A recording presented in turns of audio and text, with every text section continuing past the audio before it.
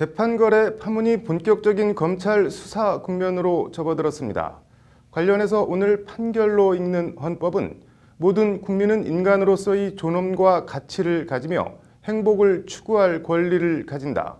국가는 개인이 가지는 불가침의 기본적 인권을 확인하고 이를 보장할 의무를 진다는 헌법 제10조 얘기해보겠습니다. 유신헌법 긴급조치와 형사보상 얘기입니다. A씨는 유신이 막바지로 치닫던 1978년 10월 박정희 정권을 비판하는 유인물 150부를 등사해 배포했다가 긴급조치 제9호 위반 혐의로 기소돼 재판에 넘겨집니다. 1979년 5월 1심은 징역 2년을 선고했고 같은 해 8월 항소심은 징역 1년을 선고합니다. A씨는 이에 불복해 대법원에 상고합니다. 그러나 영원할 것 같던 박정희 정권은 그해 10월 11.6 사태가 터지면서 파국을 맞았고 짧디 짧은 서울의 봄을 만끽하던 1980년 5월 13일 긴급조치 9호는 해제됩니다. 이에 대법원은 A씨에 대해 1, 2심 판결을 모두 파기하고 면소 판결을 내립니다. 면소 판결은 무죄 선고가 아닌 해당 사건에 대한 공소가 부적당한 경우에 사건의 실체에 대하여 직접적인 판단 없이 소송 절차를 종결하는 걸 말합니다. 1988년 A씨가 사망한 뒤 A씨의 부인은 지난 2011년 형사보상 및 명예회복에 관한 법률 시행령이 시행되자 국가를 상대로 형사보상을 청구합니다.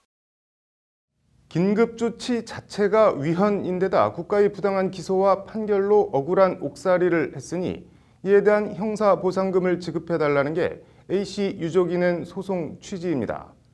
2013년 대법원은 이 사건을 전원합의체 회부의 판결을 내립니다.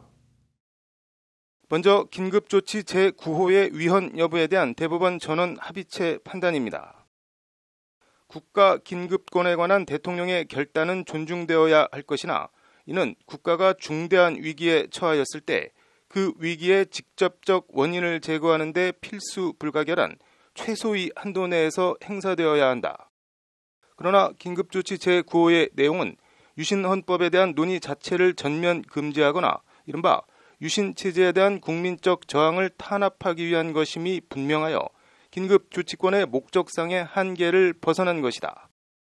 또한 긴급조치 9호의 내용은 민주주의의 본질적 요소인 표현의 자유 내지 신체의 자유를 심각하게 제한하고 국민의 자유와 권리를 지나치게 제한함으로써 헌법상 보장된 국민의 기본권을 침해한 것으로 위헌, 무효라는 게 대법원 전원합의체의 판단입니다.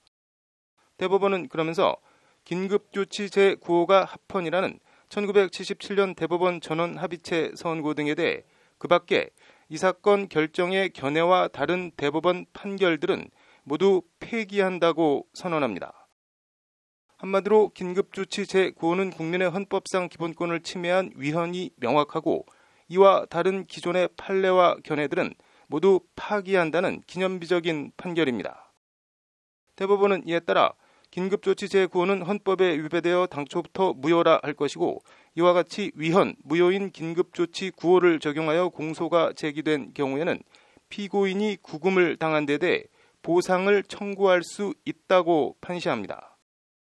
긴급조치 피해자에 대한 국가 보상 책임을 명확히 한 것입니다. 아이러니한 건 이런 기념비적인 판결을 내린 2013년 대법원 전원합의체 재판장이 다름 아닌 재판 거래 의혹의 정점에 있는 양승태 대법원장과 양 대법원장의 대법원이었다는 점입니다.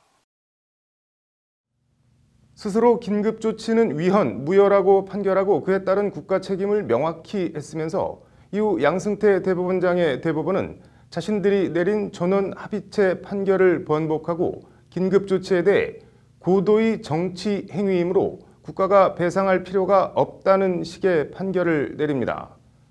심지어 양승태 대법원장의 대법원은 긴급조치 배상 책임을 인정한 하급심 판사에 대한 징계 추진까지 시도한 것으로 드러났습니다.